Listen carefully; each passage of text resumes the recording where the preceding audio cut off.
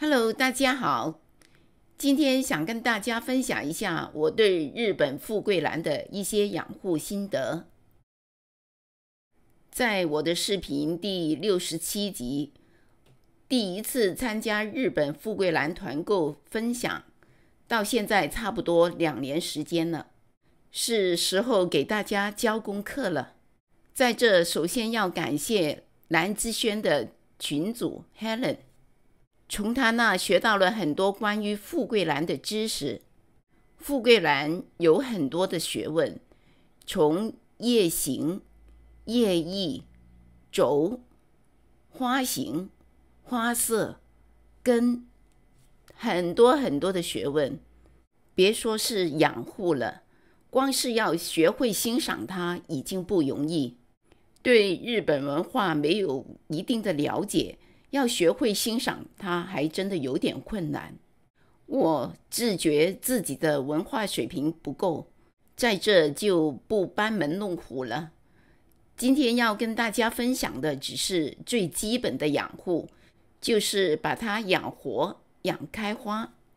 通常兰花的养护包括了光照，而富贵兰的光照要求非常严格，不同叶翼、不同的品种要求都不一样，它有专门的光照对照表。这一点呢，我就没有资格跟大家分享，因为我也不太懂。我只是把它养活、养开花，就当胜利了。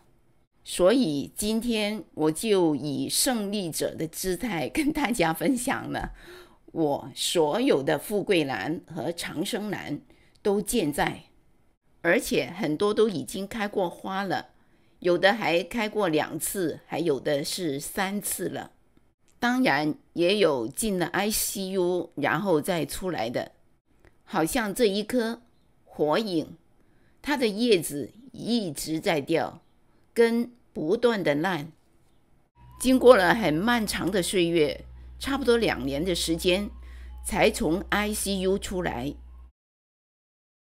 另外的这一颗富裕也是，他的妈妈已经归西了，他是从妈妈身上掉下来的，我们叫鼻死苗，因为实在是太小了，而且还没有根。我用闷养的方法来抢救，闷养的水汽滴到花的中心那片叶就烂了，所以现在这个花呢是没有心的。后来我就不敢再闷养了，就让它坐在一直保持湿润的水台上面，等它长了根之后就要干湿循环，不能一直湿，否则根很容易烂。这一棵呢是已经抢救了差不多2年的，拆盆之后看到它小小的2条根，还有非常漂亮的叶翼，很可爱。现在我把它养在没有底孔的杯子里面，用传水台来养。水台要放得松松的，不要压得太紧，因为根需要空气。杯很小，我把水放到一半，3、4天它就干了。干了之后呢，再给水，就这样养护，很简单。对了，它在长根之前，我是怎样让水台保持长期湿润的呢？我是采取泡盆的方式，就是把整盆花浸在水里，下面那个盆长期保持有水分。另外也可以采取自动吸水的方法来保持水台湿润。这个方法比较简单，因为要抢救一颗兰花，不是以天来算，是以月来算的，真是要很有耐心才行。所以呢，采取自动吸水的方法会比较简单。最重要一点就是长了根之后，就一定要干湿循环，湿的天数不能太长，3天到4天就好了。所以一定要用小盆，泡水2天，拿起来2天，基本就干了。如果用大盆的话，反而难照顾。等它的根长好了，有多几条的根的时候，就可以正常养护了。正常养护从选植料开始，一开始我是采取用传水台包馒头的方式。我觉得包馒头的方式是最美的，很具有日本风的感觉。富贵兰有的根是很漂亮的，好像这一颗是风鸣钿，它的根是宝石根，非常漂亮的根。用这种包馒头的方式，根就能很好的展现。如果不是采取这种方式，根埋在盆里面就有点浪费了。在这顺便跟大家介绍一下这棵风鸣钿的叶翼，它新长出来的叶子有白色的，很好看。这种叶翼呢，到了叶子成熟的时候就不见了，好像叫鲜明翼。这棵花它的叶翼、它的根都是有新的生长的时候才好看，而且是非常好看，尤其是配合包馒头的方式。当然我这里的水台有点太脏了，还没换，不好看。如果是新的水台的话就会很好看。但是这种包馒头的方式我觉得要照顾起来非常麻烦，因为水台干了之后呢，很难吸收水分。如果采用平常的浇水方式，水从表面哗啦哗啦一下就滑走了。要采取泡盆的方式，用泡盆的方式，上面水台的那部分很容易干，而下面盆内的水台呢就很难干。用电动喷头来喷水的话呢，效果会好一点，但是因为我是养在室内的，就带来了另一种麻烦，就是水溅到哪里都是。这棵花在第一次换水台的时候，它掉了一部分下来。我想既然它的根长得那么好看，我就把它用水培的方式来看看。如果可以的话，在水里看到宝石根不是很美吗？它的根跟用植料养的一样，也有宝石根，但是这种宝石根并不是一直都有的。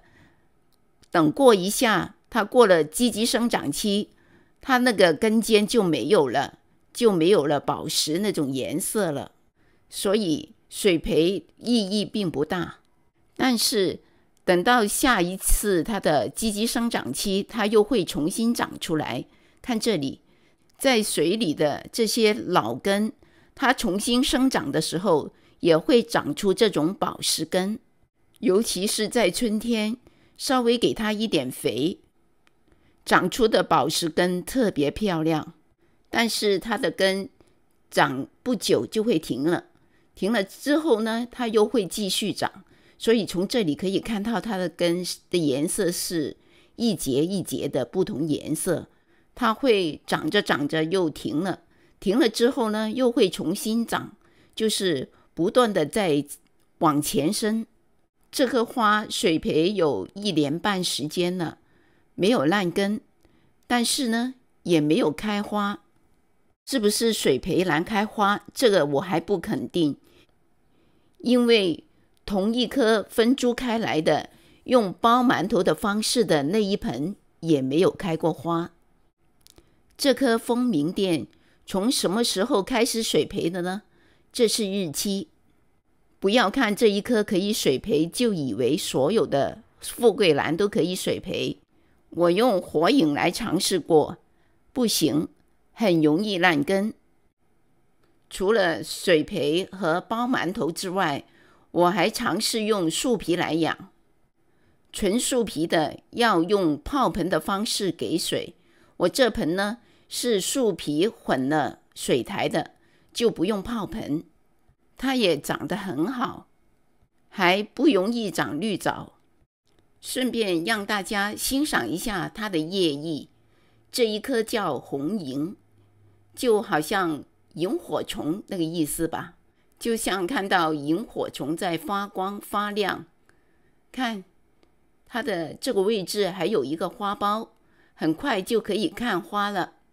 跟它的叶翼有点相似的这一颗，是用纯水苔来养的，上面铺了一点点火山石做铺面，效果也很好。它叫金光星，就像天空的星星一样。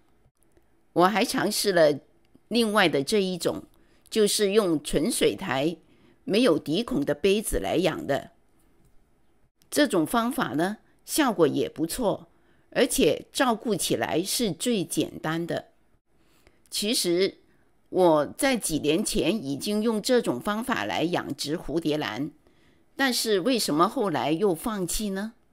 因为蝴蝶兰的叶比较大，它的花梗比较长，而杯里面的水苔是比较松的，所以花长着长着就很容易翻跟斗，连根拔起，花梗也很难固定，因为支撑杆插在松的水苔上面很难固定，所以我就放弃了用无底孔种植蝴蝶兰。富贵兰刚好避开了它这两个缺点，因为植株比较小，而且呢，它的花剑不需要支撑杆来支撑，所以呢，我就采取了这个方法来养殖。当年养蝴蝶兰的经验呢，完全可以用于养富贵兰。方法很简单，首先把水苔泡开，然后拧干水分，把植株放在杯子中间，然后呢，用这些松松的水苔塞进去。这两颗都是用这种方法。水苔比较旧的是已经养了有一段时间了，这一颗呢是新换盆不久的，所以水苔看上去比较好看。用这种方法，如果要赏根的话，照样可以，因为杯子是透明的，可以看得很清楚。这一颗是红冈，它的花色很美，很香。从这一盆花可以看到，虽然那么多的花，它都不需要支撑棍来支撑，叶子也比较平均，也不会歪向一边，所以呢，用这个方法完全可以避开蝴蝶兰无底种植的那个缺点。但是如果你要求很高，需要植株造型的话呢，插进去的那条棍子呢就很难固定，用不了力，这也是它的缺点。刚才不是说过吗？我是把它养活，养开花就当胜利了，不太注重它的造型。如果真的需要造型的话，也可以采取其他的方式，就是夹的方式。以后如果有机会的话，我会再做一个视频跟大家分享，在这我就不啰嗦了。下面来说一下这种方式怎样浇水。拿这一颗为例，这一颗是红枫，它的花会变色的，现在是玫瑰金色，很好看的颜色。它好像是第3还是第4次开花了。我浇水的方法很简单，是把水直接倒进杯里，而且是快速的一下子倒进去，水位大概离杯底1厘米那么高，再让水慢慢的往上吸，这样大概1周根就会发白。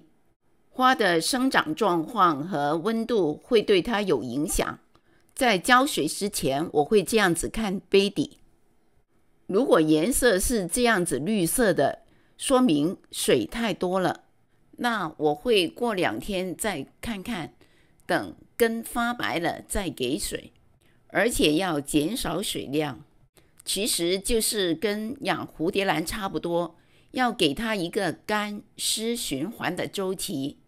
这个循环的周期不能太长，最好是5到7天。在我的环境下，我每一次给它的水大概就是2到3盎司。重点来了，当看到它有新的芽点长出，还不能分清它是花芽或者是叶芽的时候，就不能采取这种方法。当盆面的水苔干了，而盆底还是湿的时候，我会向盆面喷一些水，因为可能蓝色的湿度不够，有几颗长了芽，很快就干掉了。不光是这种方式，包括其他的方式养殖的，还有包括包馒头的，等到下一次浇水的时候已经干掉。就是说，在这个时期一定要保持空气湿润，加大空气的湿度，一般人很难做得到。所以呢，我就采取喷雾的方式，就是勤一点在盆的表面把植料喷湿，来增加湿度。不要直接把水喷到植株，因为它的叶与叶之间很紧凑，如果这样子喷，叶之间就容易积水，就很容易掉叶。看到这，你可能会觉得这么麻烦。是的，它就像我们人怀孕刚刚开始的那3个月，很容易滑胎，所以刚刚开始的时候要特别小心的呵护。等它稍微长大一点点，从叶荚之间冒出来，可以看到是花芽的时候，就比较安全了，可以回到正常的养护。对的，还要交代一点，这种情况呢是不包括冬天，因为富贵兰在冬天不怎么长。有时候看到一个芽，它会蹲在那一整个冬天，等春天来。春天一来，它就开始萌动，生长活跃，无论是根、叶、花都会长。这个时候就要加强肥水管理，不要缺水缺肥。我用的是兰花专用肥，我会用2种。如果没有新的苗芽，我会用促花肥，就是磷钾比较高的肥，直到看到花苞形成就停止使用。如果有新苗，我会用均衡肥，因为新苗长好了，下一次开花就会更多，所以一定要照顾好它。均衡肥，但磷钾比例都一样，叶、花、根都能照顾到。我会用建议浓度的1半，每个月用清水冲洗植料1次。如果是无底孔的，就把水灌满，然后把水倒掉。冬天的时候不用做这个动作，因为冬天我是1次水1次肥，肥料的浓度也是用建议浓度的1半。上面已经说了植料、水分和肥料，剩下的就是光照。如果说让它开花，我觉得中光就已经可以了。好像这一颗玉成茯芩，本来我是把它放到很高光照的地方，它长花没有问题。后来呢，我又把它移到中光的位置，它照样来花。看看这里中间的这个新的花芽，就是已经改变了光照之后才长出来的。还有好几颗都是这种情形，把它移到了中光的位置，它照样开花，但是对叶翼的影响就不一样了。看这2片叶子就是一个对比，这是新叶，新长出来的比较绿，旧的光照足够的比较黄。蝴蝶兰光照足够，叶子会偏黄一点，光不够会偏绿色。它的这个原理跟蝴蝶兰这个原理是不是一样呢？这个我还没搞清楚，不同的个体可能都不一样。比如火影，把它放到高光的位置，按资料来说是正确的，但是我觉得它好像焦头烂额。现在把它移到中低光的位置，它反而好一点，出了黄色的翼，但是还没见到粉红的翼。所以要说到富贵兰的光照，真的是很高深的学问。以我目前的水平，就只能是把它养活，养开花。对了，忘了一点，就是关于富贵兰的换盆，它好像不存在覆盆期，任何时候都可以换盆。包括已经有花苞的，花苞不会受影响。以上是我第一次向大家教富贵兰的功课，我自己的评分算是及格吧。欢迎大家在评论区留言，分享你的看法和经验，我们互相交流，一起进步。谢谢大家。